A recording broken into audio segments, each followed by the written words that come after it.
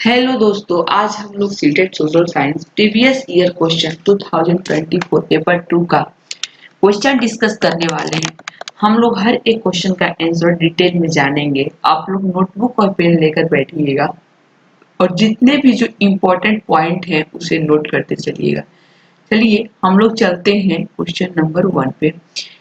हमारा इससे पहले से भी सीरीज सोशल साइंस का बना हुआ है। अगर आप लोग नहीं देखे हैं तो प्लीज देख लीजिएगा और प्लीज हमारे चैनल को आप लोग लाइक और सब्सक्राइब जरूर कीजिए ताकि मैं मोटिवेट होकर के इससे भी अच्छा कंटेंट ला सकूं। चलिए हम लोग आगे बढ़ते हैं। पृथ्वी का उष्णकटिबंध अधिकतम गर्मी प्राप्त करता है। यह महासागरों से घिरा होता है। दोपहर का सूरज ठीक सिर के ऊपर होता है। सूरज की तिरछी किरणें यह स्थलवेष्टित करता है। यह महासागरों से नहीं घिरा होता है। जो दोपहर में जो सूरज की रोशनी है वो क्या होता है, वो सीधे हमारे सर के ऊपर से जाता है। इसलिए क्या है, जो ऑप्शन बी है वो हमारा सही ऑप्शन होगा। तो हम लोग थोड़ा सा उष्ण कटिबंध के बारे में जान लेते हैं। यह जो उष्ण कटिबंध है, कर्क और मकर रेखा के बीच का क्षेत्र को उष्ण कटिबंध कहते हैं। यह सबसे ज्यादा गर्म इसलिए होता है क्योंकि यहाँ वर्ष के अलग अलग समय पर सूर्य की किरणें बिल्कुल सीधी पड़ती है। सीधी धूप और गर्मी अधिक मिलती है, इसलिए यहाँ पे जो तापमान है थोड़ा अधिक रहता है। चलिए हम लोग चलते हैं, जो हमारा ऑप्शन बी है उसका करेक्ट आंसर होगा। भारत और बांग्लादेश जूट के प्रमुख उत्पादक देश हैं। जूट की वृद्धि का समर्थन करने वाले सही कथनों का चयन करें। ये जलोढ़ मिट्टी में अच्छी तरह उगता है।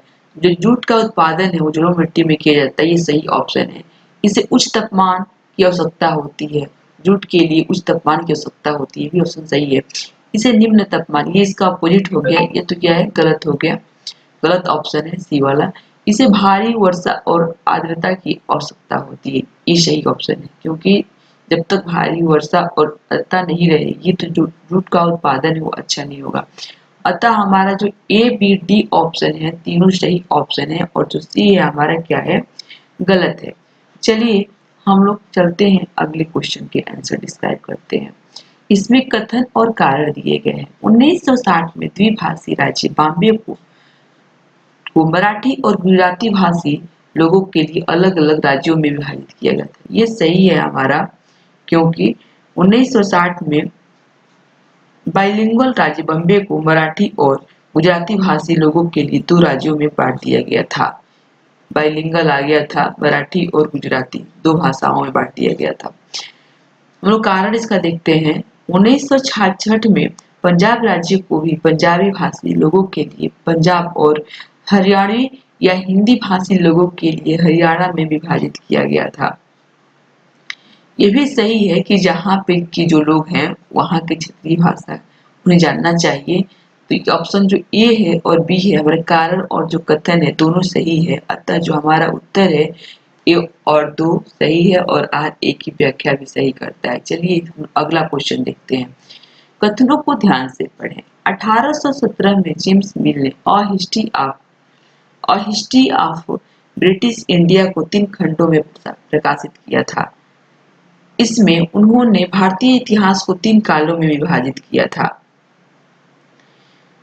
जैसे कि जेम्स मिल है 1817 में यह किताब लिखी थी। इसमें भारत के इतिहास को यूरोपीय दृष्टि से देखा गया और प्राचीन, मध्यकालीन और आधुनिक काल में बांटा गया। यह विभाजन आज भी इतिहास के में क्या होता है, प्रयोग होता है। इसलिए जो ऑप्शन ए है और ऑप्शन बी है दोनों क्या है, सही ऑप्शन है। क्योंकि a history of British India को 3 खंडों में प्रकाशित किया गया था और आज भी इतिहास के पन्नों में प्राचीन, मध्यकालीन और आधुनिक 3 कालों के बारे में विभाजन को हम लोग पढ़ते हैं। चलिए अगला क्वेश्चन हम लोग देखते हैं। अतः ए और बी जो दोनों ऑप्शन है क्या है, हमारा सही आंसर है। लद्दाख को लिटिल तिब्बत क्यों कहा जाता है? भौगोलिक निकटता। लद्दाख का क्षेत्र भौगोलिक रूप से तिब्बत से काफी करीब है, इसलिए ये सही है क्योंकि उनमें भौगोलिक निकटता है, पास में ही है दोनों। यहाँ के लोग धार्मिक समानता, यहाँ के लोग बौद्ध धर्म मानते हैं। जो लद्दाख के लोग हैं बौद्ध धर्म मानते हैं और तिब्बत के लोग भी इस धर्म को बौद्ध धर्म को मानते हैं, इसलिए क्या है ये सही ऑप्शन, ये भी बी वाला। समान भोजन, वहाँ का जो भोजन भी है दोनों लोगों का, लद्दाख और लिटिल तिब्बत का मिलता जुलता है। दोनों लोग के लिए बटर, मोमो, ये सब उनकी खाना है, तिब्बत का भी है और लद्दाख का भी है। इसलिए ये जो तीनों ऊपर वाला ऑप्शन है, भौगोलिक निकटता, धार्मिक समानता और समान भोजन, तीनों क्या है, मिलता है तीनों का, बट जो भाषाई समानता है वो एक नहीं है, इसलिए जो हमारा ऑप्शन डी है वो गलत है और बाकी ऊपर वाला तीन ऑप्शन क्या है, सही है। हम लोग चलिए चलते हैं अगले क्वेश्चन पे। वायुमंडल पृथ्वी को घेरे हुए वायु की पतली परत है। वायु को पृथ्वी के चारों ओर बनाए रखने वाला बल क्या है? सूर्य की गर्मी, पृथ्वी की चट्टानों और महासागर, चंद्रमा का गुरुत्वीय बल, पृथ्वी का गुरुत्वीय बल। अगर पृथ्वी पर गुरुत्वाकर्षण बल नहीं रहेगा तो क्या होगा? हम लोग धरती पे टिक नहीं पाएंगे। यही एक ऐसा बल है जो पृथ्वी के लोगों को क्या रखता है, अड़ी रखता है। वायु की पृथ्वी के चारों बनाए रखने का काम करता है, इसलिए जो हमारा ऑप्शन डी है वो सही ऑप्शन है। तो चलिए हम लोग चलते हैं अगले क्वेश्चन को डिस्कस करते हैं। कथन और कारण इसमें दिया गया है। दादा भाई नौरोजी जो भारतीय राष्ट्रीय कांग्रेस के संस्थापक में से एक थे, कभी कांग्रेस के अध्यक्ष नहीं बने थे। ये गलत है, क्योंकि दादा भाई जो नौरोजी थे वो 3 बार कांग्रेस के अध्यक्ष बन चुके थे। एक बार कब? 1886 में, एक बार 1886 में और एक बार कब बने थे? 1893 में और एक बार 1906 में। तो ये क्या है? ऑप्शन गलत है, क्योंकि वो 3 बार अध्यक्ष कांग्रेस के बन चुके थे। कारण सर क्या दिया गया? वो लंदन में व्यापारी और प्रकाशक थे। वो लंदन में व्यापारी और प्रकाशक भी रह चुके थे और कुछ समय के लिए ब्रिटिश संसद के सदस्य भी थे। ये सही ऑप्शन है। अतः हमारा जो एक कथन है वो क्या है? गलत है और जो आर है वो सही है। एक गलत लेकिन आर सही है, तो सी जो ऑप्शन है हमारा गलत सही आंसर होगा। चलिए हम लोग अगला आंसर को डिस्क्राइब करते हैं। निम्नलिखित में से कौन सा कथन हिंदुस्तान सोशलिस्ट रिपब्लिकन एसोसिएशन के बारे में सही नहीं है? यह 1928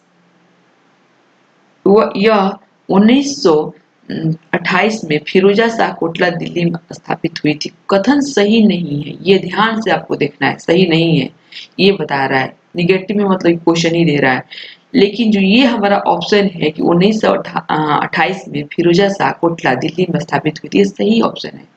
लेकिन यहाँ पे निगेटिव क्वेश्चन ही दिया गया है, इसकी जो हमारा ऑप्शन है ये क्या है? गलत है, क्योंकि 1928 में फिरोजा शाह कोटला दिल्ली में स्थापित हुई थी, ये सही बात है। यह 1928 में अमृतसर पंजाब में स्थापित हुई थी, ये भी सही ऑप्शन है। भगत सिंह इसके सदस्यों ने सैंडर्स की हत्या की थी, ये भी सही ऑप्शन है, क्योंकि उन्होंने सैंडर्स की हत्या की थी। भगत सिंह और उनके साथियों ने इस संगठन की स्थापना की थी, जो HSRA यानी कि हिंदुस्तान सोशलिस्ट रिपब्लिकन एसोसिएशन था, उसकी स्थापना किसने किया था? भगत सिंह ने और उनके साथियों ने किया था। इसलिए जो हमारा ऑप्शन है कौन कौन सही रहेगा? बी सी डी तीनों ऑप्शन सही है और जो हमारा ए ऑप्शन है वो गलत है। इसलिए हम लोग आगे बढ़ते हैं अगला क्वेश्चन पे, आंसर डिस्क्राइब करते हैं। सूखी पत्तियों को नीचे की ओर उड़ाने वाली हवा कैसे चलती है? कम दबाव वाले क्षेत्रों से उच्च दबाव वाले क्षेत्रों की ओर संघनित वायु की गति। पौधों और जानवरों की गति उच्च दबाव वाले क्षेत्रों से कम दबाव वाले क्षेत्रों की ओर। हवा हमेशा उच्च दाब क्षेत्र से निम्न दाब क्षेत्र की ओर बहती है, इसी से पत्तियां उड़ती है और मौसम बदलता है। अतः जो हमारा ऑप्शन डी है वो क्या होगा? सही ऑप्शन होगा। चलिए हम लोग चलते हैं अगले क्वेश्चन पे। गेहूं जैसे गेहूं जैसे फसलों की सबसे प्रारंभिक खेती का प्रमाण निम्नलिखित में से किस स्थान पर पाया गया? मलाबार पहाड़ियाँ, सुलेमान और गिरधर पहाड़ियाँ, नीलगिरी पहाड़ियाँ, गारो पहाड़ियाँ। तो गेहूं और जौ की सबसे प्राचीन खेती का सबूत हमें सुलेमान और आईआरटी हार पहाड़ियों में मिला है। आईआरटी हार की पहाड़ियों से मिला है। यहाँ से सबसे पुराना कृषि सभ्यता का प्रमाण मिलता है। इसलिए यहाँ पे आईआरटी हार भी याद रखिएगा, ऑप्शन ये भी आ सकता है इसके जगह पे। तो सुलेमान और गिरधर की पहाड़ी यहाँ पे क्या है? सही ऑप्शन है। क्या है ये सही ऑप्शन है। चलिए हम लोग अगला देखते हैं।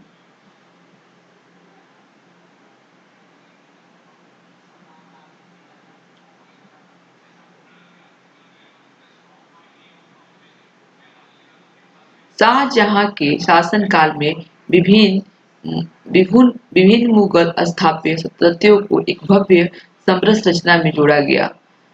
उसके शासनकाल में विशेष रूप से आगरा और दिल्ली में निर्माण कार्य की भारी गतिविधियां देखी गई।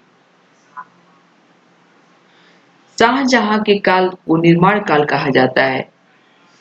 उन्होंने ताजमहल, लाल किला जैसे महान इमारतें बनवाई थी। यह सच है कि उनके समय में वास्तुकला में हिंदू मुस्लिम शैली का मिला जुला रूप दिखा। इसलिए जो ए और आर है दोनों सही है। जो और आर है सही व्याख्या कर सही व्याख्या करता है। दोनों यानी कि सही है। और क्या है? और आर जो है एक ही सही व्याख्या करता है। चलिए हम लोग अगला क्वेश्चन देखते हैं 42। कथनों को ध्यान से पढ़ें। 1970 में बंगाल में एक भयानक अकाल के कारण 1 करोड़ लोग मारे गए। लगभग एक तिहाई जनसंख्या समाप्त हो गई। ठीक है। 70 बंगाल में जो भयानक अकाल पड़ा था उसमें कितने लोग मारे गए थे? 1 करोड़ लोग। 1970 का बंगाल अकाल बहुत भयानक था। इसमें लगभग 1 करोड़ लोग मारे गए और कुल जनसंख्या का लगभग एक तिहाई हिस्सा नष्ट हो गया। इसलिए ये दोनों कथन है क्या है? सही ऑप्शन है, क्योंकि ऐसा हुआ था। चलिए हम लोग आगे बढ़ते हैं अगले क्वेश्चन पे। 43। जनजातियों की अपनी समृद्ध और अनूठी सांस्कृतिक परंपराएं होती है, जिनमें उनकी भाषा और संगीत आदि शामिल होते हैं।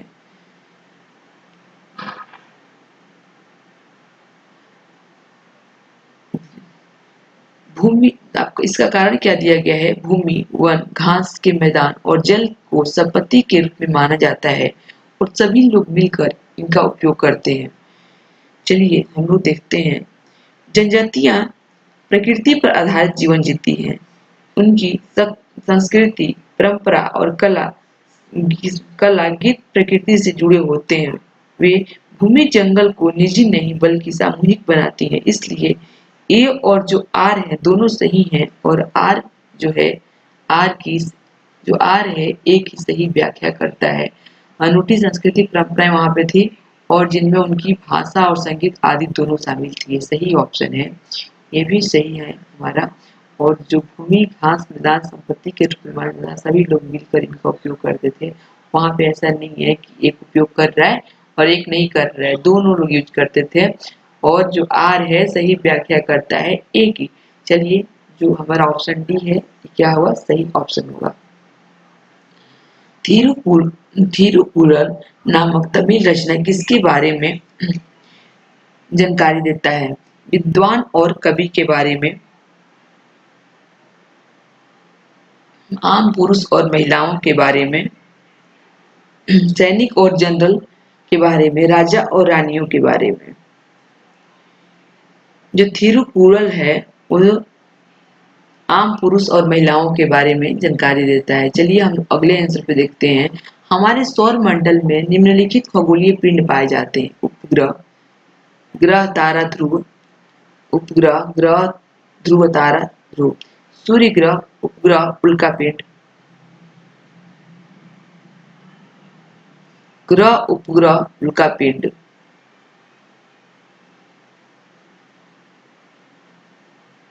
ग्रह उपग्रह उल्का पिंड सप्तऋषि नक्षत्र ग्रह सूर्य। इसका ऑप्शन क्या हो जाएगा? इसका ऑप्शन बी हो जाएगा। ये जो है सही ऑप्शन है, ये जो है गलत है, हटा देते हैं। क्या है इसका? ये ऑप्शन सही हो जाएगा, गलत टाइप हो गया है। चलिए हम लोग अगला क्वेश्चन देखते हैं।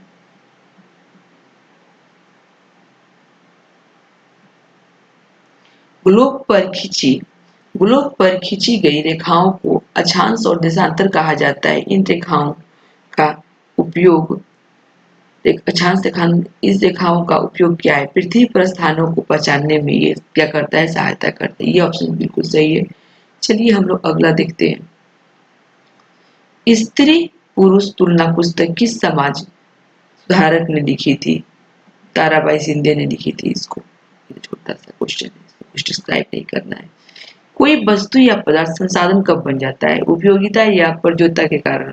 ठीक है, ये ऑप्शन सही है आपका, क्योंकि उपयोगिता जब बढ़ जाती है उसकी तो उससे क्या हो जाता है? संसाधन बन जाता है वो।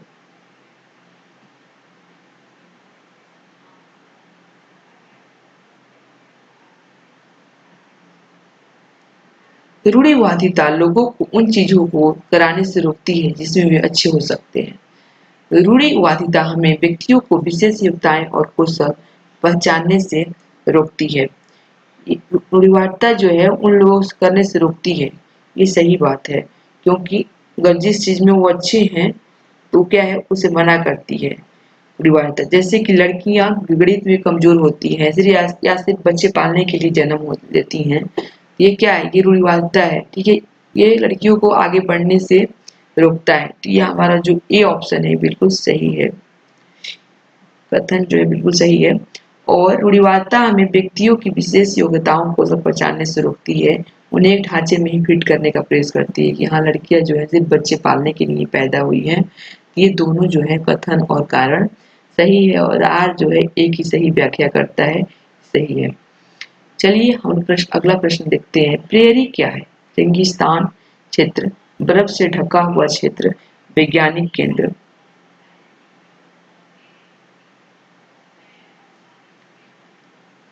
वैज्ञानिक केंद्र समतल घास का मैदान। समतल घास के जो मैदान होता है उसे क्या कहते हैं? हम लोग प्रेयरी कहते हैं। चलिए अगला क्वेश्चन देखते हैं, इसमें तो कुछ समझने लायक नहीं है। बाल विवाह निषेध बाल विवाह निषेध अधिनियम 2006 के अनुसार लड़कों की न्यूनतम आयु 18 वर्ष और लड़कियों की 20 वर्ष होनी चाहिए। नहीं, ये गलत है, क्योंकि लड़कों की आयु कम और लड़कियों की आयु अधिक नहीं कभी है, कहीं भी लिखा गया है तो ये गलत है। लड़कों की आयु 21 वर्ष और लड़कियों की 18 वर्ष होनी चाहिए। ये ऑप्शन बिल्कुल सही है, अतः हमारा ए है गलत है और बी जो है सही ऑप्शन है। चलिए हम लोग अगला क्वेश्चन देखते हैं। दोनों की आयु 21 वर्ष होनी चाहिए, गलत है, और दोनों की आयु 18 वर्ष होनी भी गलत है, तो ऑप्शन जो बी है हमारा सही ऑप्शन है। संचारी रोग कम्युनिकेबल डिजीज क्या होते हैं? वंशानुगत रोग, जन्मजात रोग, एक व्यक्ति से दूसरे व्यक्ति तक फैलने वाले रोग, इसे ही संचारी रोग कहते हैं। जो रोग एक व्यक्ति से दूसरे व्यक्ति के पास पहुंचता है उसे ही क्या कहते हैं? संचारी रोग कहते हैं। दिल्ली की पहाड़ियों में कौन से पेड़ प्रमुख रूप से पाए जाते हैं? शंकुधारी वृक्ष पाए जाते हैं यहाँ पे। चलिए ये ऑप्शन जो ए है हमारा सही है, इसमें कोई समझाने वाली बात नहीं है, जो हम लोग करते हैं आगे पॉइंट पे। प्रेयरी में किस प्रकार की खेती की जाती है? लोग स्वयं खेती करते हैं, मशीनों द्वारा खेती करते हैं, वैज्ञानिक खेती करते हैं।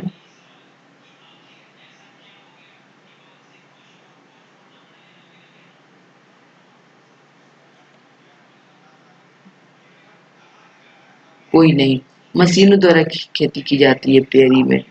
चलिए हम चलते हैं अगला क्वेश्चन। सतत विकास के लिए निम्न में से कौन सा उपाय उपयुक्त है? अधिकांश संसाधनों का उपयोग, केवल विकास की योजनाएं बनाना, संसाधनों का पुनः उपयोग और पुनर्चक्रण करना। ये सही है, उपयोग किया जाए और फिर से उसे बनाया भी जाए, पुनर्चक्रण किया जाए। नई चीजें बनाना और पुरानी को फेंक देना ये बिल्कुल गलत है।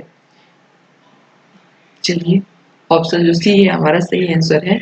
चलिए स्टे हैप्पी स्टे ब्लेस्ड, आप लोग तैयारी में लगे रहिए और हमारे चैनल को लाइक और सब्सक्राइब जरूर कीजिए। चलिए हम लोग अपना वीडियो स्टॉप कर